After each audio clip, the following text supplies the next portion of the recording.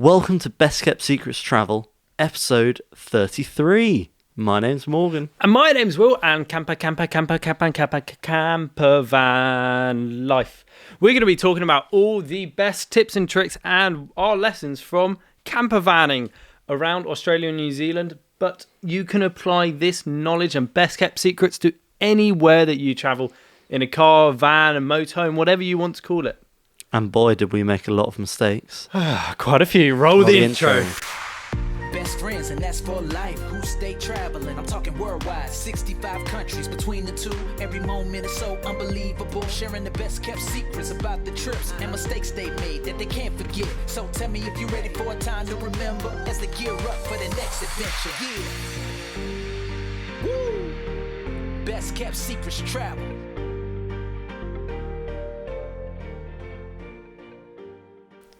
On a cold, dark night, in a metal box, sometimes you question if you need to spoon each other. Of course, we're talking about campervans. We're talking about what? When we campervan in New Zealand and it got to -5 degrees, Yeah. we've got sleeping bags, we've got duvet over the top of both of us, we've barricaded the windows. It was a very important question. Lots of people asked, what did A lot you of do people for say- warmth? Yeah, it's one of the most common questions I get is, did you guys spoon? No! Well, we had spoons. Oh, yeah. You're an idiot. It's one of the most common questions I get was, what did you do for warmth? And did you guys spoon? No, we didn't need to because we barricaded the hell out of our campervan. The answer is no. We did not spoon.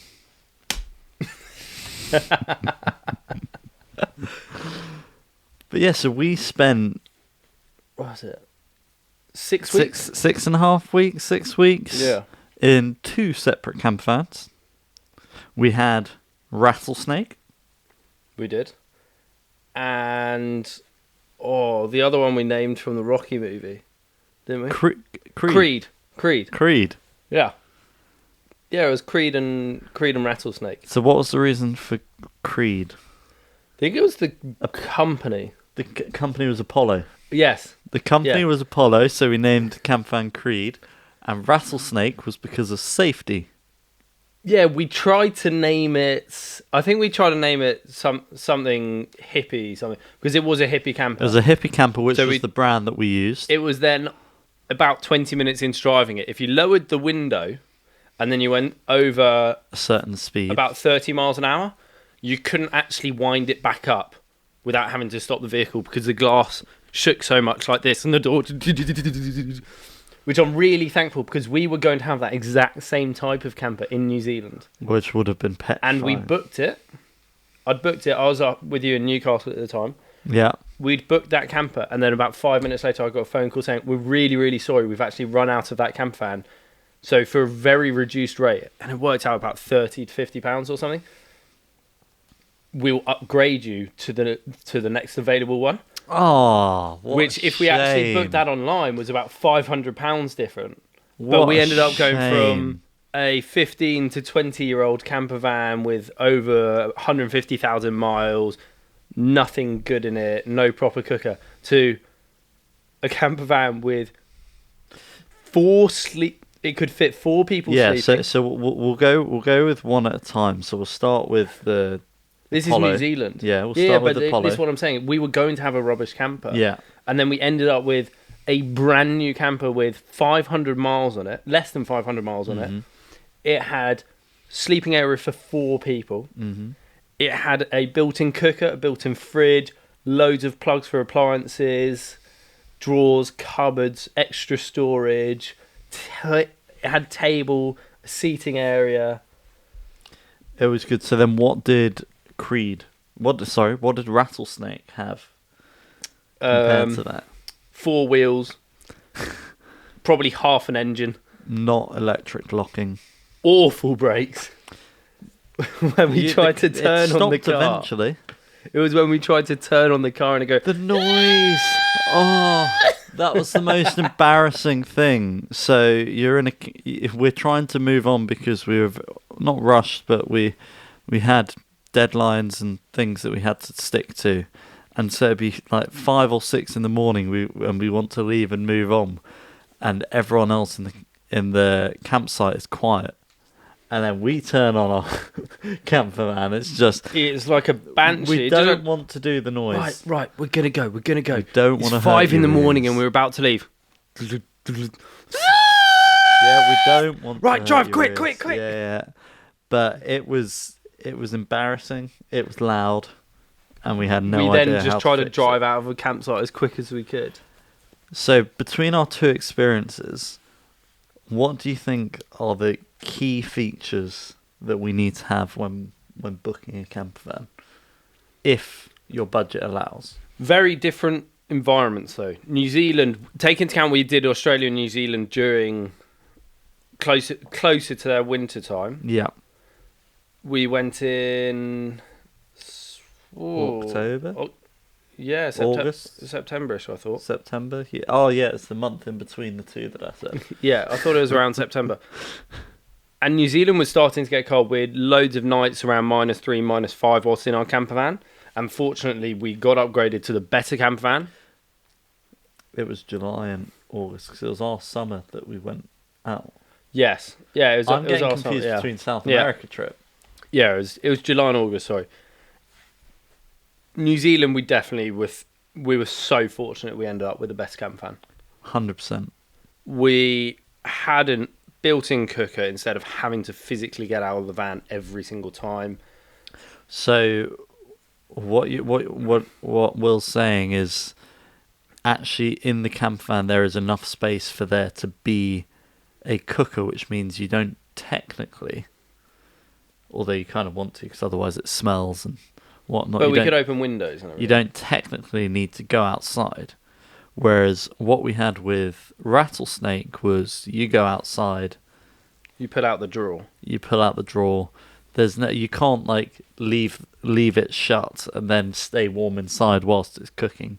You're out and you're cooking, which is fine if the weather's nice. Less so if it's not.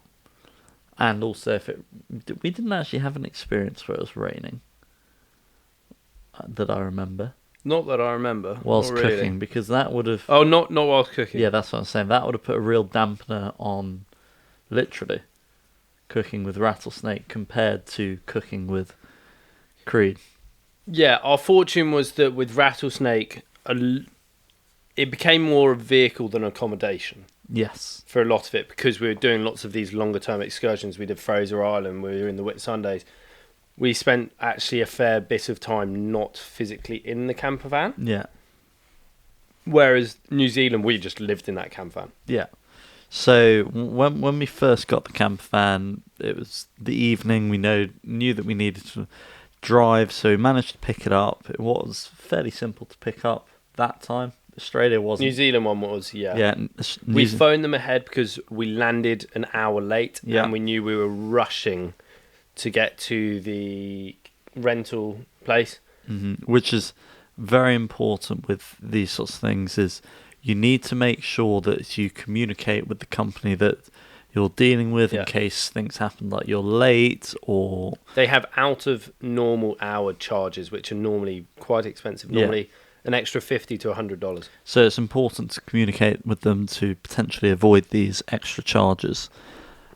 And we turn up, we get our campervan, and obviously the first thing we need to get is food and beer. It's quite important. So we go to a supermarket. I remember that's when we kind of took one of our first pictures of the campervan is me with the trolley outside the campervan in New Zealand. Yeah, we've just gone to... again with a W, the supermarket. Yeah, so this is a best kept secret for travelling that we've mentioned before, but I will mention it again, is when you go to a new country, it is quite important to try and look up, especially when you're there for a longer time and you're trying to be self-sufficient, is find out what their supermarkets are. Yeah. Because, especially if you're on a budget, in the UK we have Waitrose and then we have Lidl. Waitrose is known for being more expensive. Lidl is a much more cheaper brand. So it's very important to find out the differences in the country that you're visiting so you know where to go and you can just look it up, because if you don't know, it's quite hard to then find. But we found it, we bought lots of food, drink, etc. And we bought the massive water bottles instead of buying small individual ones, so we reduced our plastic waste. Yes, that was quite important, and it's very easy to do when you've got the place to store it. Yeah. We then got back to the camper van. We got to pack it up for the first proper time. This was when we first were aware and started to learn about the drawers. That was in our camper vans, after the Waitangi Treaty Bay, which was our first place that we drove to. Yeah, after we went round and experienced it there, we then actually thought, there's this beautiful sort of big open looking out into the ocean, lots of little islands, stunning. Our first day, let's have our first proper cooked breakfasty lunch in our new camper van. Amazing. This is our first time. Let's get some videos. This is a big moment for us. Lovely breakfast. We used to do this weird omelette-y bacon, sausage and egg thing. Mm-hmm. And orange juice. Yeah, and there's a mix. That was sometimes frozen. Yeah, our fridge got too cold. We didn't think, being our first time, and this is definitely a best kept secret, which we're going to blitz at the end of this episode. We're going to throw out all of our top tips and best kept secrets for campervan living. We'll summarise at the end. Camper life. Lock your drawers. We left our cutlery, our shampoo, and a lot of other drawers The shampoo exploded before we went. Literally, as we packed up, we finished eating, we were driving, and then the next kilometre was just a mountainy, windy road. Bang. And the first corner, 3 of the drawers swung open, knives and forks threw over. Shampoo bottle fell off the shelf, smashed the ground, squirted on the floor, and Morgan's instant reaction in the passenger seat was, I'll go get it. So I'm driving along windy roads, constantly having to do almost U-bends back on myself each time I'm going up, and Morgan climbs through the porthole-esque bit to the back of the camper van, trying to grab all the knives and forks, whilst flying around throw myself. them into the sink so we can clean them later, and then tried wiping this floor covered in shampoo. I just thought it was the best time to do it. It probably was in hindsight, otherwise we would have gone back to a bigger mess. Probably a few hours later. But it so bad. So, if it wasn't clear, when you in a camper van, obviously you have loads of cupboards, those are drawers, and what the drawers tend to be, or they were on our ones on both times, were these clicky in and out knobs, which you'll always have lockable. Yeah, but we had the same style for both. Oh, the push-in. Yeah, so they are push-in knobs, which you push in and that locks the drawer. That stops the drawers from opening and closing whilst you're driving. This is not something that you necessarily think about. Although you would have potentially thought that because they were there, we may have gone, oh yeah. But it is really important when driving to remember to lock your drawers. What, we're 20 years old? 20? 21? Because it was 21, yeah, I was third year. Yeah. But that was a weird, fun experience that we had between us. Which was quite interesting. I think one of the things that, and we mentioned it briefly, one of the things that we found potentially, we were trying to live on a budget. We sometimes took that to an extreme with our food. What do you think are the most important things or things that are foods that are easy to cook and keep in a camper van? Oof. For us, so We are not vegetarian, we're not vegan, and we're not pescatarian. We are just carnivores. Eaters. We're just eaters. The biggest difference between the two campervans were in Rattlesnake, we had a more. It did plug in, but it wasn't as good. It was an electric cool box, whereas in Creed, our nice one in New Zealand, we had a proper plug-in standard fridge. And I think that was a big difference because we were worried about the cool box not being sufficient enough in parts of Australia when it got really hot and keeping everything. It ended up being fine, but mince was one of our best things to buy. Yes. Very easy to cook, very easy to use for multiple things as well. Mm-hmm. So we'd do... In Australia, we bought loads of kangaroo mince. Yeah. Cheap, really healthy for you. Lean. Because that's another thing, is making sure you try and stay healthy. It's too easy just to eat rubbish. Yeah. Mince became a great thing because then you could just chop out onions, tomato. You can almost throw anything into it and make something of it, whether it's wraps or ragu for the likes of pasta. We end up... That was probably one of our staple things. Yeah, and then, it was. I don't know why we thought eggs were a good idea. No, that was a terrible idea. Well, But no, we used them quite a lot. we did. I think the key for breakfast was quite often keeping it quick and simple. Yeah. So it wasn't actually always cooking. Because quite often when you're in a camper van, we did cook a lot, but quite often when you're in a camper van, in the mornings, we want to get up, we want to quickly have some food, and then we want to start moving to whatever we're doing that day. Yeah. So it's quite often that you actually do want maybe a cereal-esque thing or a breakfast bar. Yeah, we had some or something cereals. that's simple. When it came to lunch, we didn't do this in Australia and New Zealand, but we have done it in the UK as gnocchi. Yeah, that cooks very quickly. That cooks very quickly. Gnocchi and pesto is very easy. Yeah.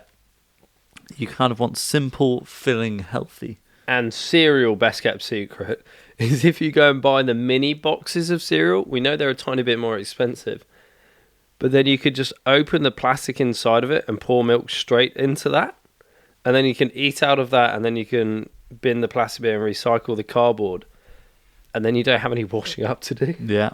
So that's a very easy breakfast to do. Which is fantastic.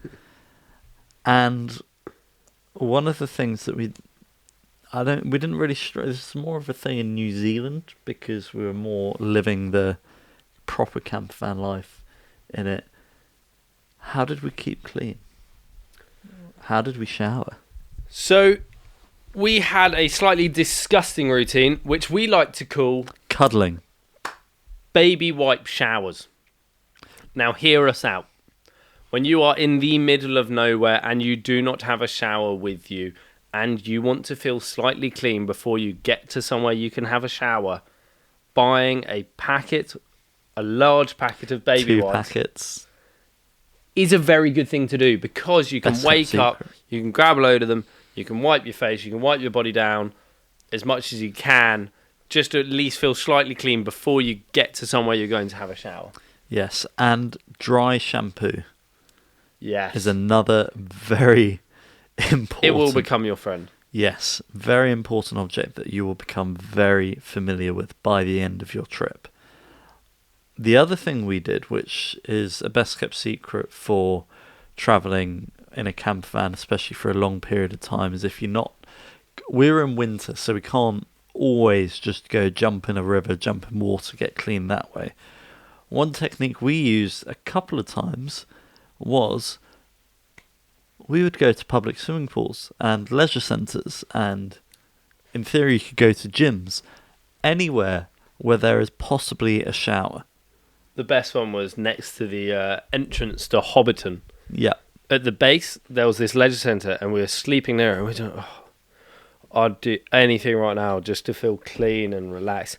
And we found a local leisure centre in New Zealand which allowed non-member entry for only $3 New Zealand, which was £1.50. Yeah, basically £1.50 for a limited amount of time, and we went for until closing for about almost an hour and a half, 2 hours. Mm-hmm. It had a boiling hot 30-degree swimming pool, which just felt like a hot tub, which was Beautiful. lovely. It had saunas. It actually had a little hot tub, which wasn't necessary, Yeah. and showers. So we had a nice, relaxed evening. I think we'd already eaten. Probably. Had a chilled evening in saunas, just chatting, just swimming around. Felt so clean. Had a proper, I think, our longest shower of our trip. Yeah. Oh, yeah, it's fantastic. And then we just went, let's just go back to the camper, have a beer, watch something on your laptop, and then fall asleep. And that was the nicest thing to do, is those little... It's quite a funny memory to have, is, Yeah. what are we going to do to watch? Oh, it's £1.50 and we can go and be in a swimming pool and everything for the next 2 hours. Exactly. Let's go Just do chill, relax. it. I think there were only 2 other people in there. Yeah, and we had the best night's sleep after that. Which, as we said in New Zealand, the campervan and the area was quite cold. I think it got down to -5 is our coldest. minuses. Regularly. That's Celsius, but More so on the South Island. freezing cold. And so we had our sleeping bags. We had pillows that we brought, but there also were pillows provided. There was also a duvet that was provided, That just became our outer shield. which is the outer shield. And so, Can you remember yeah, our morning routine for New Zealand when it was freezing cold? Stage by stage. So, one of us is woken up, yeah, you nudge the other one, or you just see that they've woken up as well. just fondle them. No. What happens next? So, a best kept secret, and this leads to what happens next, is a best kept secret for when sleeping in cold places in your sleeping bag is you get into the sleeping bag with your clothes on, and then you take your clothes off in the sleeping bag, but leave the clothes in the sleeping bag. Because what you find in the morning is you're cold, and if you leave your clothes outside, Also, your phone, your camera batteries, even your Batteries. laptop, I think you put by your feet. die. So this is a best kept secret. Put all your phones, batteries, clothes in your sleeping bag with you. That's only if it's really cold at night. Only if it's cold. This will keep everything warm. So the first thing you do when you wake up is you just put those clothes back on, because all you're trying to do is get yourself warm, get yourself moving, and get yourself... The hardest thing to do in a cold place when you're in your sleeping bag is get out that sleeping bag. Yeah. And this makes it the tiniest bit easier. So that's the first thing that I do, is I put my clothes on and I get out the sleeping bag. Yeah. Well, we used to do a little wiggle in the morning. Wiggle, We just wiggle, go, yeah. right, you ready? You ready? Ready. You ready? Let's go, Okay, I've let's got my go. clothes on. 3, 2, 1, go. And then you're running, and then the first thing that we did once we wobbled and wiggled and danced, One of us dives. one of us dives through the front, turns the engine on, and turns the aircon to its highest. And if we weren't in a busy campsite, or if we were completely on our own, then you drop the car into neutral and you rev the engine a bit just to warm up the engine Make quicker. it warm up quicker. So that was the very first... What's the other person doing whilst that happened? Was it food? Juice. Juice, of course. Orange juice. Nice glass of It was orange that juice. tropical, weird... The big bottle. Yeah. And then the funny thing with this, and we had it a couple times, is when it got really cold, the juice was frozen. And the milk was frozen.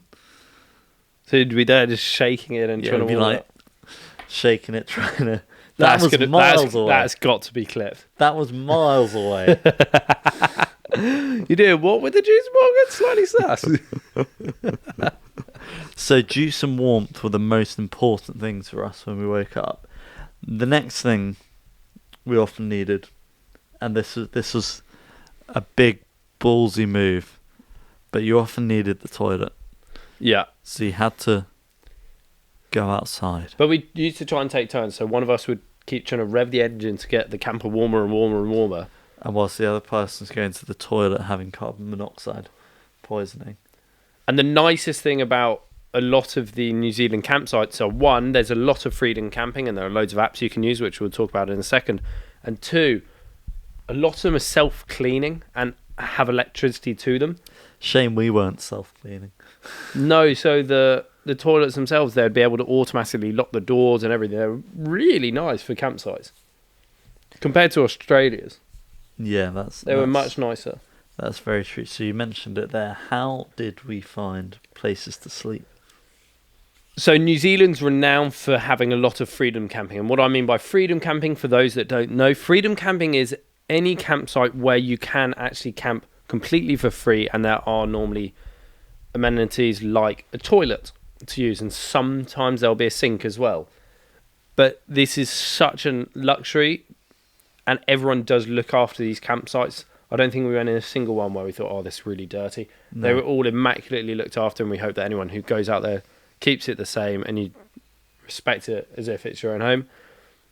Whereas there are different types of campsites where you then go and pay. So if you've got a really big vehicle, or you need to discharge some of your vehicle's waste, if you've got a very large camper which has a toilet, and or you need to get rid of what they call grey water, which is your sink waste, then you might need to go and pay for one. But we did a lot of freedom camping. I think for New Zealand, I don't think we paid for a campsite. No. We paid for parking in Queenstown, Yes. but we didn't pay for a campsite. Well, yeah, Wellington. No. Queenstown, we stayed in the hotel. Wellington, we paid for parking. Queenstown, we're in that motel with a bowling alley. Sorry. Yeah. Wellington, we paid, but that was actually parking, which we weren't really sure if we were allowed to stay in overnight. We just did. Yeah. So this is an important tip that you need to look up for any country that you live in, is you've got to see the rules for freedom camping and where you're actually allowed to stay. So in New Zealand, there are lots of places and there are apps that you can use that tell you where the camp spots are. In Norway, for example, they have Allemannsretten law, which means that you can freedom camp anywhere in the country. Where's this? Norway. Really? Yeah. That's awesome. It's really cool. And in the UK, you can freedom camp in a few different places, but there are quite a few laws and rules. The UK is a lot stricter. It is, but then equally at the same time, you can do it anyway. And if you get asked to move on, you move on, because trespassing in the UK is a civil offence. So if someone asks you to move on and you move on, then you've not done anything wrong. Although I'm not a lawyer and that is not advice. That is my. We take no liability for any action that is my opinion. or laws that you break. Yes. So it's very important to look up the rules, but it's also a great way to travel cheaply and gain the freedoms. And also, one of the best things about camping is or campervanning, is just if you see some place that looks nice, you can stop, make food, you could stay there.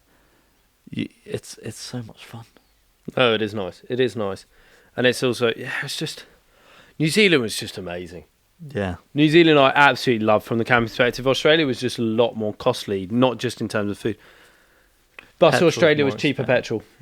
Petrol in Australia was about half the price. But the distance we had to travel was massive.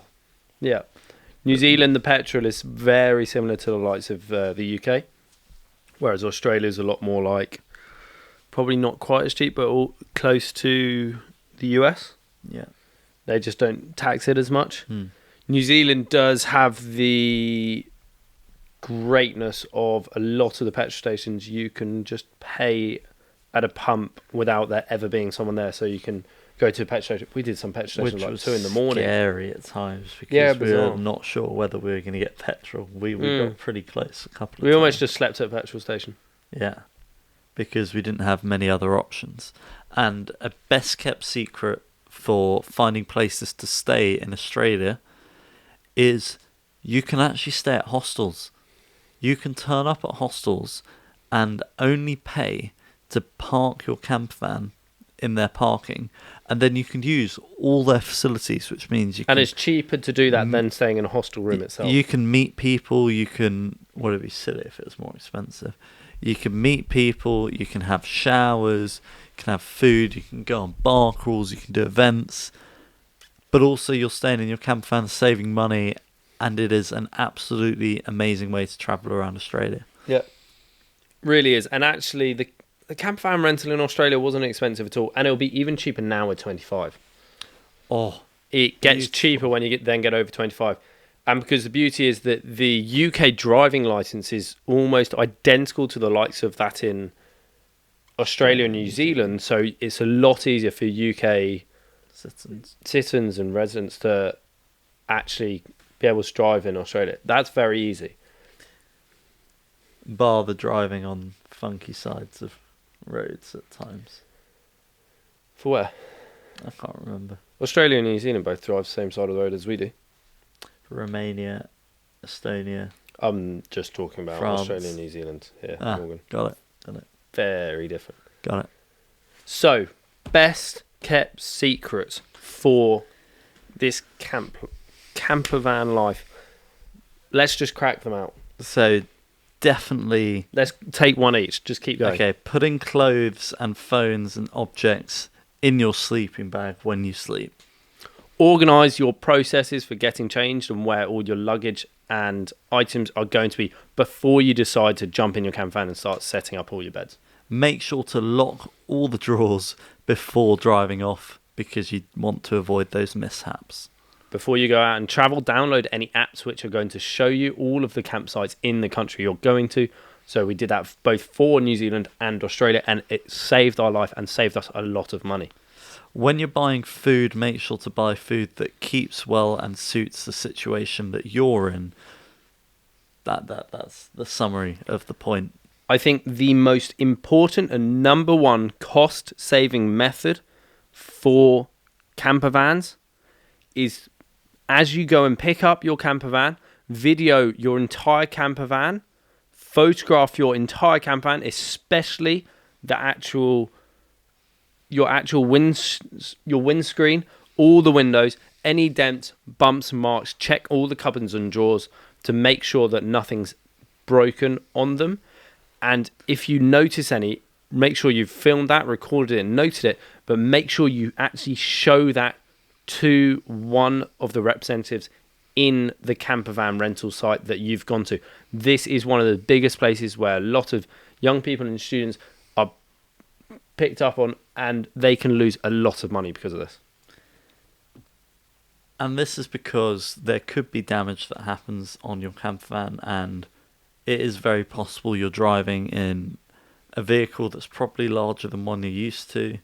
You're driving in a foreign country, you're driving a car that you're not used to, full stop. And when driving around Australia, for example, there are always situations where you could have accidents where, unfortunately, only you are liable, but it's not your fault. Because there is this, I'm not sure if you would have heard of it before, it's this animal, forget the name. A large rabbit. A large rabbit. Called kangaroo. A kangaroo. Which they just love kissing, hugging, and touching. And braking.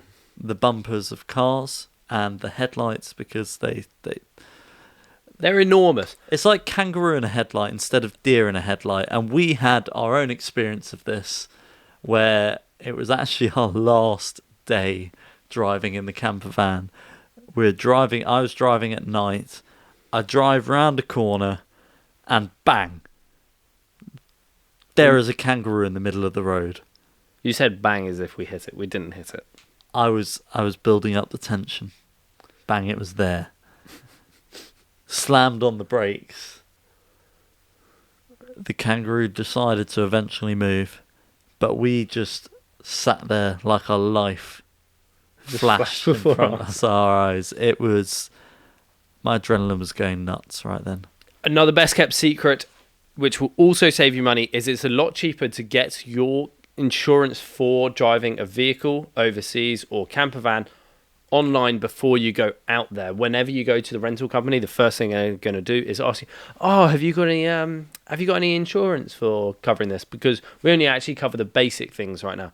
If you do it online, you'll get it significantly cheaper, as this can easily double the cost. A really important best kept secret is before you travel out, and this applies a lot more to under 25s, is please find out what the deposit is for the campervan before you go out. When we went to hire the one in Australia, they asked us for a deposit which was worth more than the actual vehicle itself. They asked us for a 2,000 Australian dollar deposit on the campervan before we went out. And this caused havoc as my bank card had somehow been declined. So that is another point, is potentially make sure that you have multiple sources if possible, or multiple cards to make it possible to have your deposit, because as Will said, we did have an issue with this where the card was declined and then we weren't sure if we were going to be able to do the rest of our trip because it would have been so delayed, and we had strict deadlines that we had to stick to because of when we were actually doing activities in Australia. Out of all the things we've said today, were there any objects or things you think we were missing on our trip that you just thought, oh, I wish I had this? Whilst in a campervan? Yeah. Ooh. Do I think there's something else?